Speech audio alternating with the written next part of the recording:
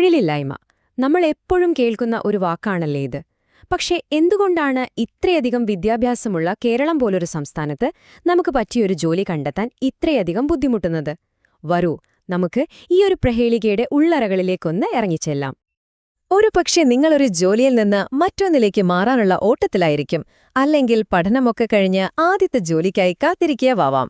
അങ്ങനെയെങ്കിൽ ഈയൊരവസ്ഥയുടെ ടെൻഷനും ബുദ്ധിമുട്ടും നിങ്ങൾക്ക് നേരിട്ട് തന്നെ അറിയാമായിരിക്കും, അല്ലേ? അപ്പോ ഈ പ്രശ്നം ശരിക്കും മനസ്സിലാക്കണമെങ്കിൽ ആദ്യം തന്നെ എന്താണ് ഈ തൊഴിലില്ലായ്മ എന്ന് നമുക്കൊന്ന് നിർവചിക്കാം. സംഗതി വളരെ ലളിതമാണ്. ജോലി ചെയ്യാൻ തയ്യാറാണ്, അതിനുള്ള ആരോഗ്യവും കഴിവുമുണ്ട്. എന്നിട്ടും നിലവിലുള്ള ശമ്പളത്തിൽ ഒരു ജോലി കണ്ടെത്താൻ പറ്റുന്നില്ല. ആ അവസ്ഥയാണ് നമ്മൾ തൊഴിലില്ലായ്മ എന്ന് പറയുന്നത്. ഈ ഒരു പേടിക്ക് എത്ര പഴക്കമുണ്ടെന്ന് നോക്കിക്കേ.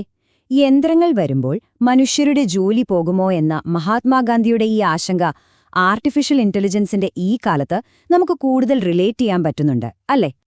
തൊഴിലില്ലായ്മ എന്ന് പറയുമ്പോൾ അതെല്ലാം ഒന്നല്ല, അതിന് പല മുഖങ്ങളുണ്ട്. ഒരു ജോലി മാറി മറ്റൊന്ന് തേടുന്നയാളുടെ അവസ്ഥയല്ല, താൻ പഠിച്ച തൊഴിൽ മേഖല തന്നെ ഇല്ലാതായ ഒരാളുടെ അവസ്ഥ.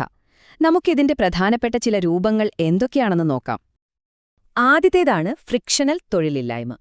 ആ പേര് കേട്ട് പേടിക്കുകയൊന്നും വേണ്ട, ഇത് വളരെ സ്വാഭാവികമായ ഒന്നാണ്. നമ്മളൊരു ജോലി വിട്ട് അതിലും നല്ലയൊരെണ്ണത്തിനു വേണ്ടി തിരയുന്ന ആ ഒരു ഇടവേളയുണ്ടല്ലോ, അത്രയുള്ളൂ ഇത്. സത്യത്തിൽ ഇതൊരു ഹെൽത്തി എക്കണോമിയുടെ ലക്ഷണം കൂടിയാണ്. ഇനി അടുത്തത് കുറച്ചുകൂടി സീരിയസ് ആയിട്ടുള്ള ഒന്നാണ്, ഘടനാപരമായ തൊഴിലില്ലായ്മ. ഇതൊരു താക്കോലും പൂട്ടും പോലെയാണ്. നിങ്ങളുടെ കയ്യിലൊരു പഴയ താക്കോലുണ്ട്, പക്ഷേ ലോകത്തെ പൂട്ടുകളെല്ലാം പുതിയതായി മാറി. അതായത് തൊഴിലാളികളുടെ കഴിവും മാർക്കറ്റിനു വേണ്ട കഴിവും തമ്മിലൊരു മാച്ച് ഇല്ലാതെ വരുമ്പോഴുണ്ടാവുന്ന അവസ്ഥയാണിത്. ഇനിയുള്ളത് ഒരു പ്രഹേളിക പോലെയാണ്, പ്രച്ഛന്ന തൊഴിലില്ലായ്മ.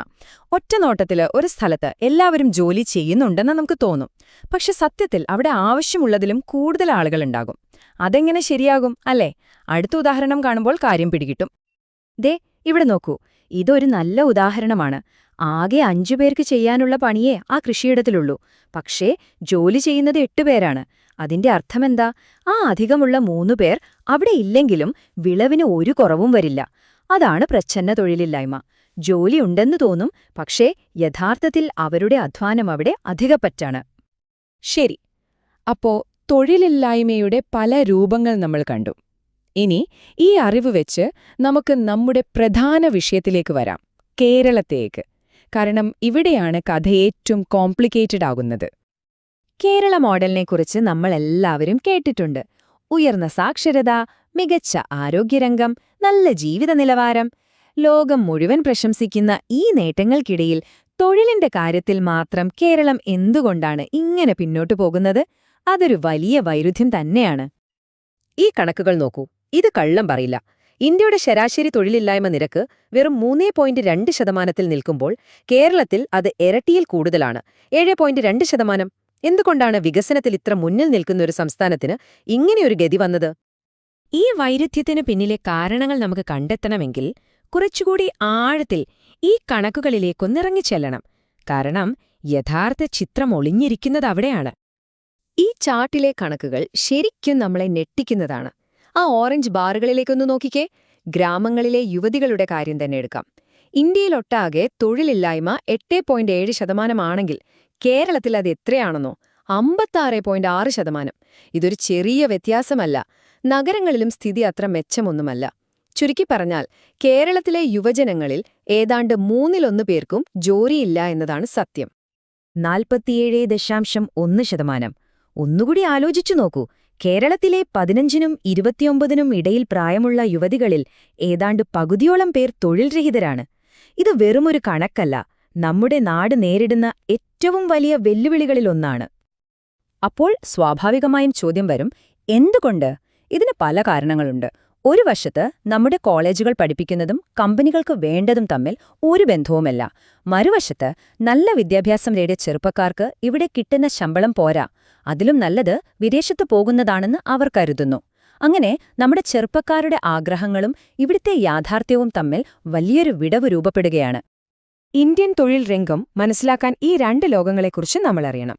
ഒരു വശത്ത് സർക്കാർ ജോലികളും വലിയ കമ്പനികളും ഉൾപ്പെടുന്ന സംഘടിത മേഖല.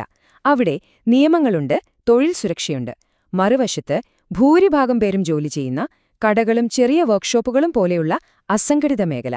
അവിടെ പലപ്പോഴും കൃത്യമായ ശമ്പളമോ ലീവോ മറ്റ് ആനുകൂല്യങ്ങളോ ഒന്നും ഉണ്ടാകണമെന്നില്ല.